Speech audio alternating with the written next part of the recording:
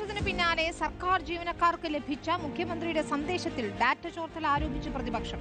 സ്പാർക്കിൽ നിന്ന് ജീവനക്കാരുടെ വ്യക്തി വിവരം ചോർത്തിയത് സ്വകാര്യതയിലേക്കുള്ള കടന്നുകയറ്റമാണെന്നാണ് ആരോപണം. എന്നാൽ സന്ദേശം അയക്കുന്നതിൽ തെറ്റില്ലെന്നാണ് സർക്കാരും CPM-ഉം പ്രതിരോധിക്കുന്നത്.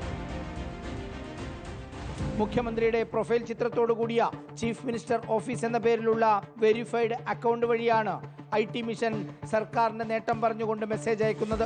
ജീവനക്കാരുടെ സ്പാർക്ക് എന്ന സോഫ്റ്റ്വെയറിൽ നിന്ന് വ്യക്തിഗത വിവരങ്ങൾ ചോർത്തിയത് സ്പ്രിംഗ്ലർ തട്ടിപ്പിന് സമാനമാണെന്നായിരുന്നു NGO അസോസിയേഷന്റെ പ്രതികരണം. സ്പാർക്കിൽ അപ്ഡേറ്റ് ചെയ്ത ജീവനക്കാരുടെ ഡീറ്റെയിൽസ് മറ്റ് പല മേഖലകളിലും പലതിനും ഉപയോഗിക്കുന്നു എന്നുള്ളതാണ് ഏറ്റവും വലിയ ആശങ്ക. മുഖ്യമന്ത്രിയുടെ DA സന്ദേശം ജീവനക്കാരുടെ ഫോണിലെത്തിയത് സ്വകാര്യതയുടെ ലംഘനമാണെന്നും മുഖ്യമന്ത്രിക്കെതിരെ കേസെടുത്ത് അന്വേഷണം നടത്തണമെന്നും കോൺഗ്രസ് നേതാവ് രമേശ് ചെന്നിത്തല പറഞ്ഞു. മുഖ്യമന്ത്രിക്കും IT രേഖ ചോർത്തിയ മുഖ്യമന്ത്രിയുടെ ഓഫീസിനെതിരായി പോലീസ് കേസ് രജിസ്റ്റർ ചെയ്ത് അന്വേഷിക്കേണ്ട ഒരു കാര്യമാണ്. അർഹതപ്പെട്ട ആനുകൂല്യങ്ങൾ നൽകുന്നത് വോട്ടിനു വേണ്ടി ഉപയോഗിക്കുന്നത് വൃത്തികെട്ട രീതിയാണെന്നായിരുന്നു മുസ്ലിം ലീഗ് സംസ്ഥാന ജനറൽ സെക്രട്ടറി PMA സലാമിന്റെ പ്രതികരണം.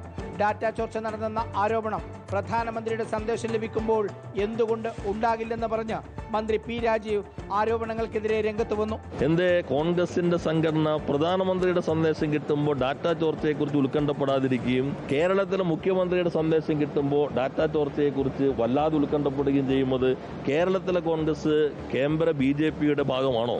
വിവിധ ബ്യൂറോകൾക്കൊപ്പം റിപ്പോർട്ടർ തിരുവനന്തപുരം.